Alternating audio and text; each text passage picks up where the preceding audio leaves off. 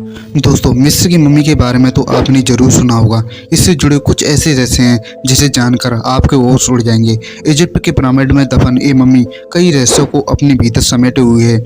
इस वीडियो में इन रहस्यमयी मम्मियों के बारे में कुछ ऐसे रहस्य हैं जिसे जानना आपके लिए बेहद ही ज़रूरी है। प्लीज़ कृपया इस वीडियो को अंत तक जरूर देखिएगा।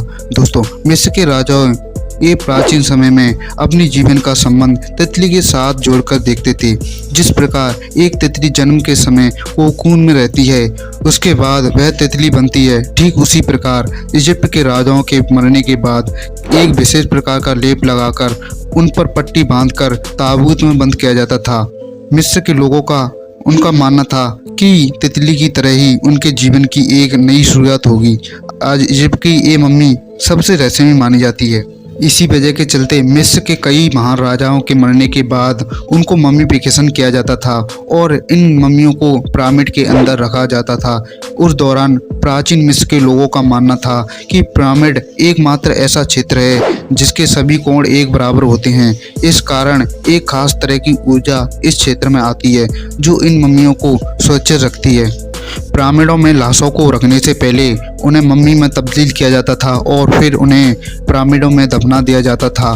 प्राचीन मिस्र के कई लोगों का पुनर्जन्म में विश्वास था और वो ये मानते थे कि मृतक व्यक्ति के शरीर को संभाल कर रखना चाहिए ताकि अगले जन्म में वो उस शरीर को पा सके। इसी सोच की वजह से प्राचीन काल से लोगों ने मम्मी बनाने की प्रक्रिया शुरू कर दी।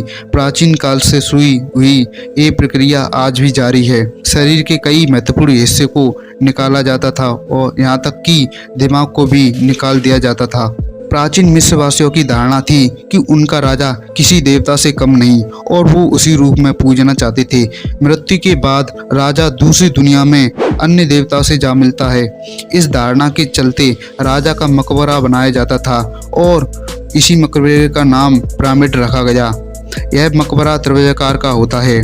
इसमें केवल राजा ही नहीं बल्कि रानियों के सब भी दफनाए जाते थे और इन सबों के साथ साथ अनेक कीमती वस्तुएं भी दफना दी जाती थी।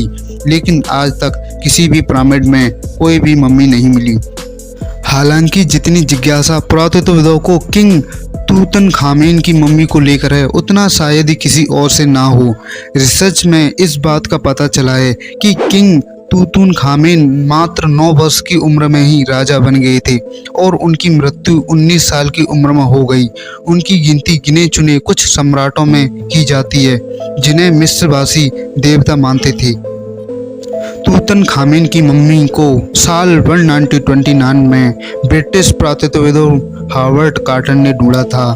कई लोगों का मानना था कि जिस किसी ने भी इस मम्मी को छेड़ने की कोशिश की उनकी रहस्यमयी तरीके से मौत हो गई। इसी वजह से तूतनखामेन का जब मकबरा ढूंढा गया तब उस दौरान भी कई लोग डरे हुए थे।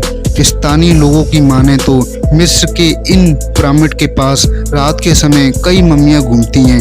यही नहीं, कई लोग इस बात का भी दावा करते हैं कि उन्होंने रात के समय किंग तूतनखामेन की आत्मा को भटकते हुए देखा है। हालांकि उनकी बातें कितनी सच हैं यह कोई नहीं जानता। मिस्र की मम्मी से जुड़े कई रहस्य हैं जिन्हें आज तक सुलझाया नहीं पाया है। दोस्तों, आपका क्या कहना है हमें कमेंट में जरूर बताइएगा। अगर आपने अभी तक इस चैनल को सब्सक्राइब नहीं किया है तो प्लीज़ कृपया इस चैनल को सब्सक्राइब करके बेल आइकन को ऑन जरूर करना ताकि आगे आने वाली ऐसी ही अमेजिंग वीडियो की नोटिफिकेशन आपको सबसे पहले मिल पाए। So thank for watching this video.